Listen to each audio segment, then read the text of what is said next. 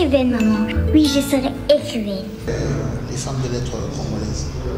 Alors, c'est un concours qui a deux objectifs. Le premier objectif, c'est la promotion de la littérature et de l'écriture en République démocratique du Congo.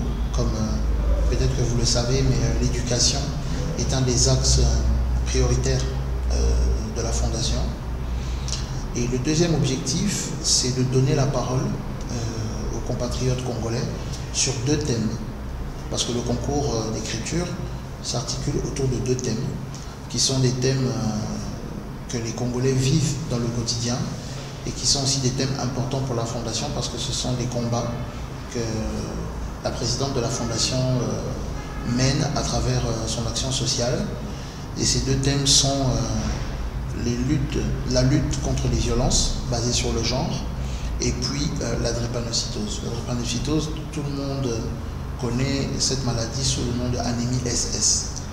Ce sont deux thèmes sur lesquels nous voulons que les Congolais puissent avoir la parole et surtout les Congolais qui savent s'exprimer par l'écriture et qui ont un don pour écrire puissent s'exprimer.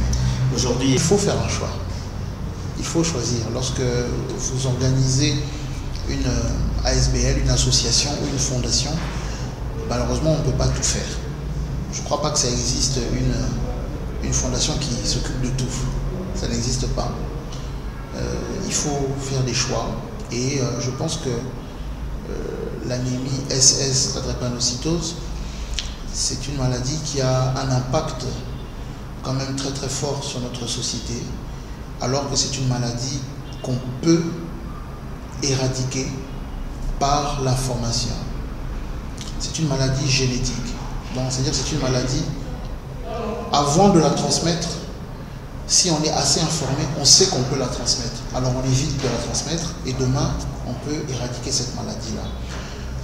Je ne suis pas médecin, mais je sais que par un test sanguin, un test simple qu'on appelle l'électrophorèse, chacun peut savoir son état sanguin et sa compatibilité avec la femme, l'homme peut savoir sa compatibilité avec la femme qu'il veut épouser ou avec laquelle il veut faire des enfants. Et il peut juger de la possibilité ou pas d'avoir des enfants qui auront la drépanocytose, qui seront anémiques SS. Donc c'est-à-dire que c'est une maladie qu'on peut éradiquer en informant tout simplement les gens et en mettant vraiment toutes nos forces sur la prévention. Alors déjà, il n'y a pas seulement ça. C'est un des aspects, disons, une des luttes que nous portons. Vous savez, il y a beaucoup de sclérose, c'est vrai, comme vous l'avez dit. Mais la vision de la présidente de la Fondation, c'est d'essayer de mettre en place des actions qui feront que petit à petit, demain, la femme congolaise puisse être mise en valeur et que la femme congolaise puisse participer aussi au développement économique de la RDC. Et pour que ça puisse être possible, il faut que la femme congolaise puisse être dans les conditions qui lui permettent cela. Et vous savez, nous sommes un pays où la femme est victime de violences dues au fait qu'elle est une femme. On parle notamment beaucoup de viols à l'est de la RDC, mais pas seulement. Dans d'autres coins de la République, il y a un phénomène d'agression et de viol envers la femme. Et qui fait que, comme vous l'avez dit, pour reprendre vos mots, c'est un fléau qui empêche la femme de s'épanouir, qui empêche la femme de tenir vraiment pleinement sa place dans la société. Et c'est un des aspects que la Fondation a voulu porter. C'est une lutte qu'on a voulu porter pour permettre demain à ce que, en mettant la femme à sa place, vraiment à sa place, qu'on puisse lui permettre de s'épanouir. Notamment, non seulement la lutte contre les violences, on a aussi comme axe d'intervention l'autonomisation des femmes. Vous voyez, on a aussi la santé et on a aussi l'éducation des femmes. Vous voyez, donc c'est une vision qui tourne autour de la valorisation de la femme congolaise. Et comme je vous l'ai dit tout à l'heure, il a fallu choisir vraiment des axes d'intervention ciblés qui vont donner une base pour pouvoir atteindre cet objectif. Alors pour la lutte contre les violences basées sur le genre, ça passe par l'implémentation de projets.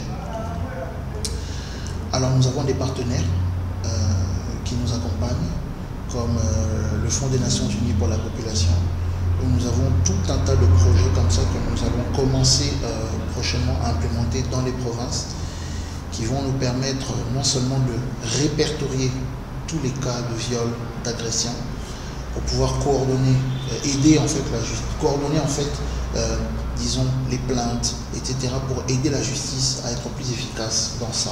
Ça, ce sont des projets que nous avons qui sont très structurés et que nous allons commencer à implémenter progressivement. Et il y a tout un tas d'autres projets qui vont dans ce sens-là, d'essayer de faire en sorte que l'implication de la justice pour ces questions de viol soit plus forte, notamment dans les provinces.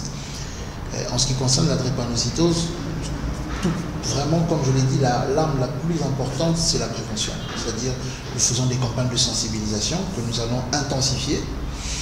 Et nous pensons que c'est par l'information et par la sensibilisation que les gens vont beaucoup plus prendre conscience que éradiquer cette maladie dépend d'eux-mêmes.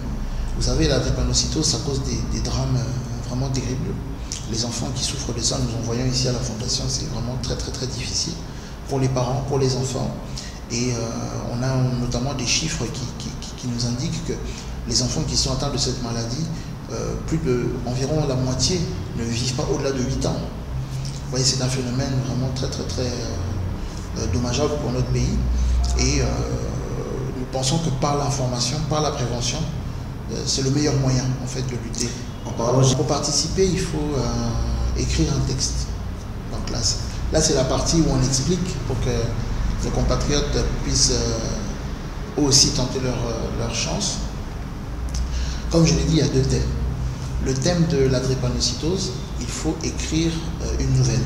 Une nouvelle, c'est une histoire.